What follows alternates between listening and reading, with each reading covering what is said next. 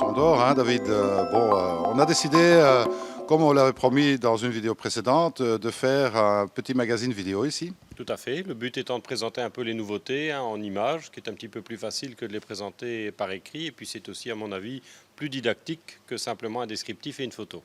Alors bon, on a donné un nom à ce magazine en fait, qui se rappellera Aqua Video Mag. Tout à fait, puisqu'on va sur ce magazine parler essentiellement d'aquariophilie, que ce soit animaux ou matériel. Donc je pense que le nom est adapté. Eh bien, donc l'optique est de vous présenter régulièrement des nouveautés. On ne va pas faire un one-shot, comme on dit. On va régulièrement vous proposer des nouveautés que vous pourrez suivre, bien sûr, sur le site de Poisson d'Or. Tout à fait. Donc on va les présenter ensemble et ensuite on va essayer de mettre sur chacun de ces produits particuliers, les mettre sur la fiche produit également, que les gens puissent voir de quoi on parle exactement, voir un petit peu comment ça fonctionne et dans le cas par exemple de cet aquarium-ci, à quoi il peut ressembler une fois qu'il est installé, agencé comme chez le particulier. C'est ça. Alors bon, David, il y aura aussi quelques promos qu'on pourra proposer au travers de ces vidéos. Entendons-nous bien, c'est que quand il s'agit de promos, ce sont des durées limitées. Oui, tout à fait. Donc là, il y aura à chaque fois lieu évidemment de vérifier la disponibilité, puisque quelquefois il s'agit d'articles qui sont fabriqués pour une certaine quantité et pas au-delà. Donc pas toujours des produits suivis toute l'année, tout le temps. Et dans le cas des offres de lancement, évidemment, c'est aussi limité dans le temps. Alors bon, en premier produit, on a ici un petit aquarium. En fait, il y a deux modèles, un modèle plus petit et un modèle, je veux dire, un peu plus grand, de chez Aquamedic, qui en fait sont des petits bacs marins qui sont très sympathiques au demeurant. Oui, tout à fait. Donc, ce sont deux petits aquariums marins. C'est quelque chose de tout récent, mais qui sont très bien étudiés. C'est-à-dire, pour la première fois, on a un aquarium marin qui est ouvert. On le verra en fonctionnement tout à l'heure, avec un filtre qui se trouve derrière la paroi arrière que l'on trouve ici. Donc, derrière cette paroi se trouve toute la partie filtration ainsi que la pompe de brassage. Donc, toute la technique se trouve là derrière. Donc, d'un accès relativement facile, très pratique pour l'entretien. Et ce qui est différent par rapport à ce qu'on a pu avoir jusqu'à maintenant, c'est qu'on a en même temps d'avoir un éclairage qui est très économe d'un point de vue consommation, c'est en même temps un éclairage qui est très performant. Alors l'écumeur aussi, il s'agit d'un écumeur là-dessus qui est un dispergateur. Alors pour ceux qui ne connaissent pas, le principe est le suivant, c'est d'avoir un écumeur qui est alimenté par une pompe à eau qui dispose d'un rotor modifié, c'est-à-dire qu'en même temps qu'elle aspire l'eau, elle aspire l'air, elle met l'air sous forme de toutes petites bulles, et c'est évidemment ce côté c'est la taille des bulles, si je peux dire, qui rend l'écumeur efficace. Au plus les bulles sont petites, au plus le contact entre l'air et l'eau est important, et au plus l'écumeur est efficace. Donc là, on a maintenant quelque chose qui est non seulement très esthétique, mais qui est très bien équipé. Par exemple, on voit ici, ça c'est ce qui fait le rejet du filtre, et en même temps que le rejet du filtre, ça fait office de brassage. C'est une pompe à haut débit, un petit peu du style des pompes comme on connaît, Marea, Stream, un petit peu ce style-là. L'avantage, c'est qu'elle est à un endroit où elle ne peut pas être colmatée. Il n'y a pas de lumière dans la paroi derrière, donc ça veut dire pas de croissance d'algues à l'arrière du décor, c'est-à-dire pratiquement pas d'entretien sur la crépine de la pompe. Bon, ce que je vous propose, c'est qu'on va le retourner. Hein. Oui, comme ça on va voir ensemble un petit peu la partie technique de l'arrière du système. Alors voilà, donc le principe est simple, hein. Donc une chose dont je n'ai pas encore parlé, l'aspiration d'eau se fait ici en grande partie en surface, voilà, tout à fait. Donc de là, le chemin de l'eau est relativement simple, hein. Elle arrive ici. De là, on a la pompe qui alimente l'écumeur, le dispergateur, donc l'eau entre dans l'écumeur, la chambre de réaction. Elle ressort ici pour entrer dans ce compartiment que vous voyez là, qui peut faire office de filtration mécanique ou chimique, c'est-à-dire un petit bloc de mousse et éventuellement une résine antiphosphate lorsque c'est nécessaire. Ça permet de neutraliser les phosphates. Ça permet aussi de retirer les éventuelles microbules qui viendraient à sortir de l'écumeur, ce qui est assez courant. Pas que ce soit très gênant, mais le fait de garder des microbules dans l'aquarium, ça donne une impression d'une eau trouble. Le fait de travailler avec un système comme celui-ci, on n'a pas ce problème-là. On a encore l'espace nécessaire ici pour mettre un petit peu de filtration biologique pour ceux qui le souhaitent. Donc ça peut être des céramiques, des choses de ce style-là. Et donc dans le dernier compartiment, on a donc la pompe dont je parlais tout à l'heure qui refoule directement vers l'aquarium. Alors, comme on peut le voir, toutes les alimentations de tous ces appareils-là, tout ça c'est de la basse tension, c'est-à-dire que ça marche avec un transformateur. Et donc là aussi, au niveau consommation d'énergie, on est vraiment très très faible. On parle là de quelques watts pour l'ensemble au niveau filtration. Bon, apparemment, tout se démonte assez facilement, hein, Oui, donc là, le gobelet, tu fais ça très bien. C'est- Donc on l'enlève, on peut l'emmener, le rincer, le remettre en place tout simplement. Ça, je dirais, c'est ce qu'il y a à faire le plus régulièrement sur l'ensemble de ce qu'on voit là. Pour le reste, l'entretien est extrêmement restreint. Alors l'écumeur, on conseille évidemment en fonction de la population et de la quantité de nourriture. Alors il va de soi que ce n'est pas des aquariums pour aller mettre des poissons qui font 10 cm. Ça reste des petits aquariums et il faut y adapter les variétés qu'on y met. Je pense à des petits gobies, des petits blennies, éventuellement un couple de petits poissons clowns. Et ici, la technique permet aussi de garder à long terme des animaux comme des invertébrés, que ce soit une petite anémone, que ce soit des coraux mous, des champignons, des coraux cuir. Tout ça sont des choses qui sont tout à fait tenables à long terme dans ce genre de système. bon, évidemment, ce qui est intéressant dans ce style d'aquarium, je vais dire, c'est qu'on peut le placer un peu n'importe où. Ça peut trouver sa place dans une cuisine Oui, tout à fait. ou dans un petit coin reculé du living, etc. Oui, c'est quelque chose qui est très peu volumineux, comme on a pu le voir. Il n'est pas très long, il est moyennement profond. L'avantage de ça, c'est que toute la technique est à l'arrière, donc il n'y a absolument rien, il n'y a pas de câble, il n'y a pas de tuyau qui en sortent pour la partie visible. Tout est bien caché à l'arrière. Donc le tout, c'est de pouvoir le mettre avec la partie arrière qui n'est pas visible.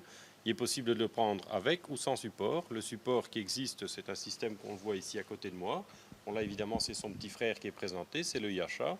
Donc là, vous avez le petit meuble, un petit meuble tout simple, très sobre, couleur blanche, avec une porte qui permet de venir y mettre le petit matériel d'entretien. Je pense par exemple à une petite éponge, les tests d'eau pour ceux qui veulent. Enfin, c'est quelque chose de très fonctionnel, très propre. Et là aussi, bien étudié dans le sens où on peut venir mettre toute la partie électrique, c'est-à-dire que le meuble est percé en haut et en bas. Donc une arrivée, on vient mettre par exemple une multiprise, et là-dedans, on vient tout brancher, ce qui fait qu'il n'y a absolument rien d'apparent à l'extérieur. Bon, alors, David, moi, je suis un grand néophyte en C'est aquarium, fait pour. un grand néophyte en aquarium marin, donc bien sûr que c'est fait pour. Alors, maintenant, ça, c'est un kit complet. Ça, c'est un kit complet, comme je disais tout à l'heure, disponible avec ou sans meubles pour ceux qui le souhaitent. Donc là, on a un paquet complet qui est donc livré avec toute la technique, sans évidemment la déco, sans les animaux, ça va de soi, puisqu'on les met bien entendu pas en même temps. Pour ce genre de petit aquarium, ce qui est conseillé, ça c'est une parenthèse, mais on va passer par là parce que c'est une question qui nous est très régulièrement posée. Quand on met un aquarium de ce style-là en route, entre la mise en route et le moment où on met les animaux, ça ne se fait pas évidemment en 2 jours.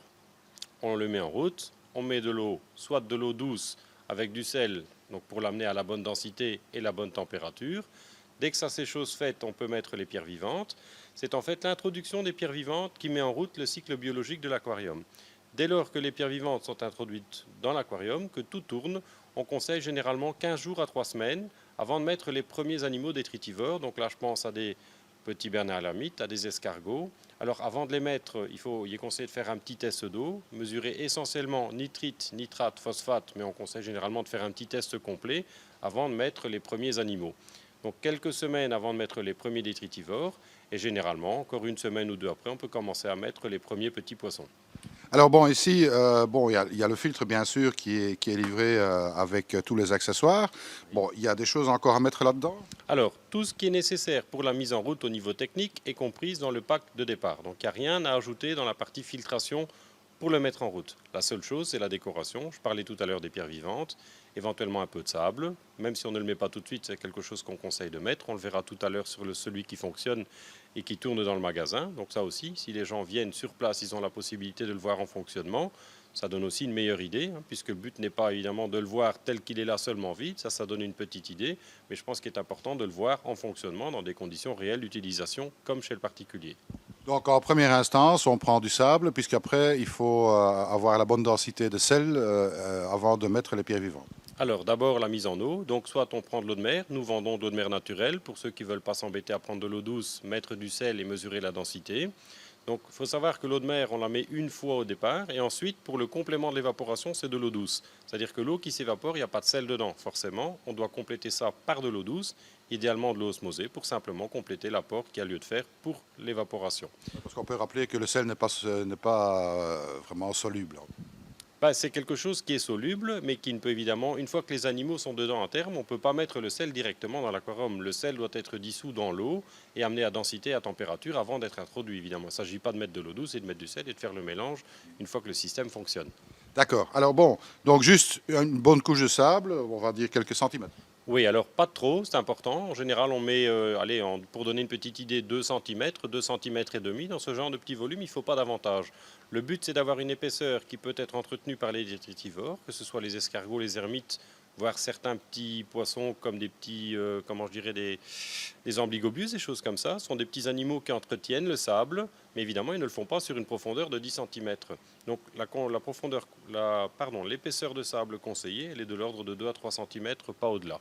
Donc 2-3 cm de sable, une fois que ça c'est fait, à ce moment-là, on attend donc les paramètres sont corrects et puis on introduit les pierres vivantes. Non, alors c'est l'inverse. On introduit d'abord les pierres vivantes, on le fait tourner et on ne met pas le sable de suite.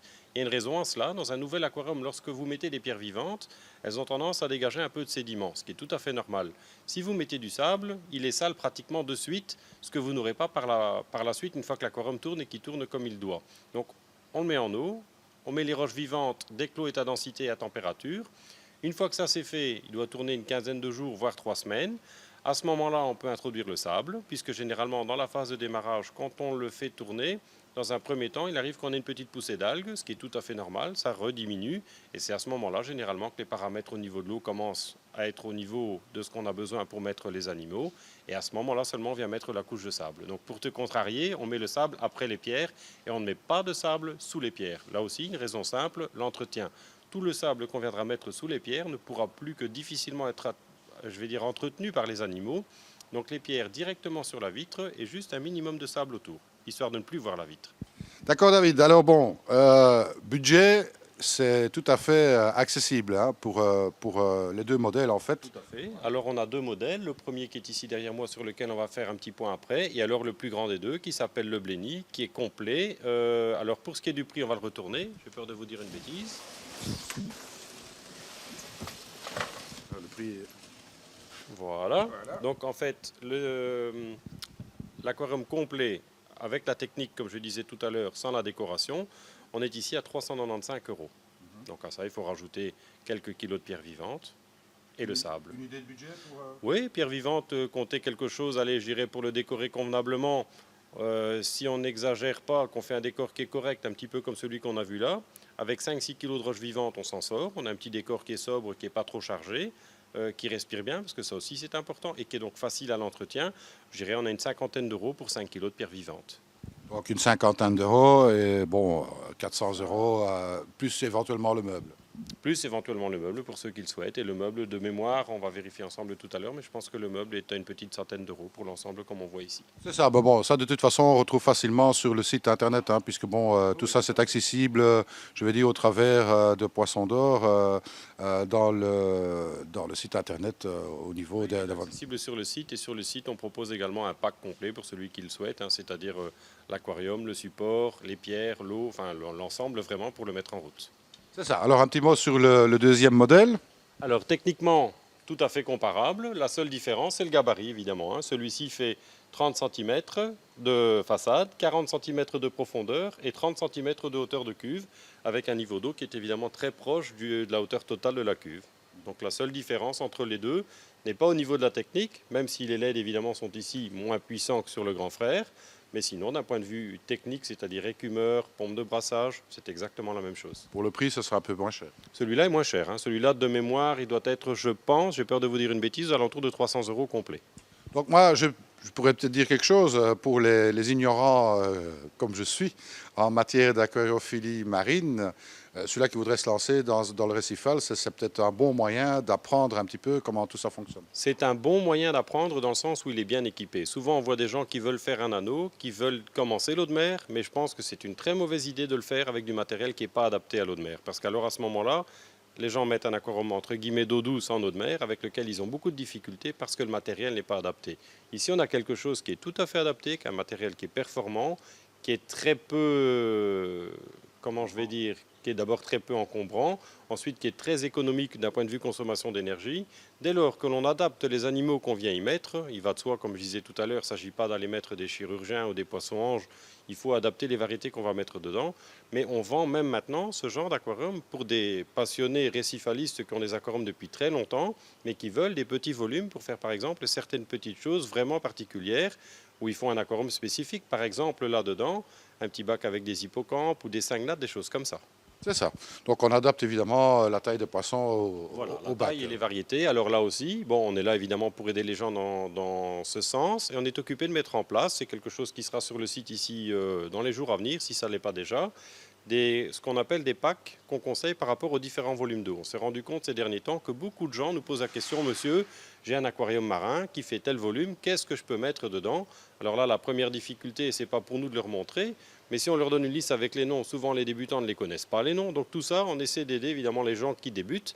Et dans ce sens-là, on a mis au point, on a développé une sorte de liste pour un aquarium par exemple jusqu'à 50 litres, où on a dit que voilà, tel genre de petites bestioles pour entretenir le sable et les vitres, tel genre de population pour les poissons, et ça donne une bonne idée aux gens de ce qu'ils peuvent mettre, quelque chose qui est tout à fait compatible, puisque quelqu'un qui débute n'est pas censé savoir ce qu'il peut mettre ensemble, et en même temps d'avoir quelque chose d'esthétique et qui est viable à long terme. David, en tout cas, un grand merci pour toutes ces explications. Alors moi, j'ai une chose à vous dire. Hein. Bon, vous avez toujours rêvé d'avoir un aquarium récifal, un petit aquarium marin, etc. Vous avez peur parce que c'est au demeurant compliqué. Ben non, finalement, c'est relativement simple pour autant qu'on suit bien les instructions. Et bon, ben voilà, l'occasion de tester pour voir est-ce que vous avez la capacité ou non de maintenir un aquarium marin avec un budget qui est somme toute très serré, hein, puisque c'est très abordable. Oui, oui. Pour ce genre de matériel, on l'a déjà dit tout à l'heure, on se répète un peu, mais c'est vrai que c'est un budget qui est très abordable pour ce genre de technique et pour un ensemble comme ça qui est très bien étudié. Bon, et c'est vrai que ça permet aux gens de débuter dans des très bonnes conditions. En ayant un minimum d'entretien. Disponible à l'expédition aussi? Oui, oui, tout à fait. Aussi bien sur place qu'en vente à distance. C'est des aquariums qui sont très bien emballés, très bien conditionnés. Le meuble est livré sous kit, mais c'est très simple à monter. Là, pour quelqu'un qui est un très mauvais bricoleur comme moi, il ne faut pas plus d'un quart d'heure de montage. Le meuble est assemblé. Eh bien, un grand merci à vous, à toi, David. Et puis, ben, restez avec nous parce qu'il y aura encore d'autres magazines vidéo d'aquariophilie, hein, C'est le forcément. but. Maintenant, on va essayer de mettre ça en route et de voir un petit peu tout ce qu'on peut présenter. Eh bien, à très bientôt.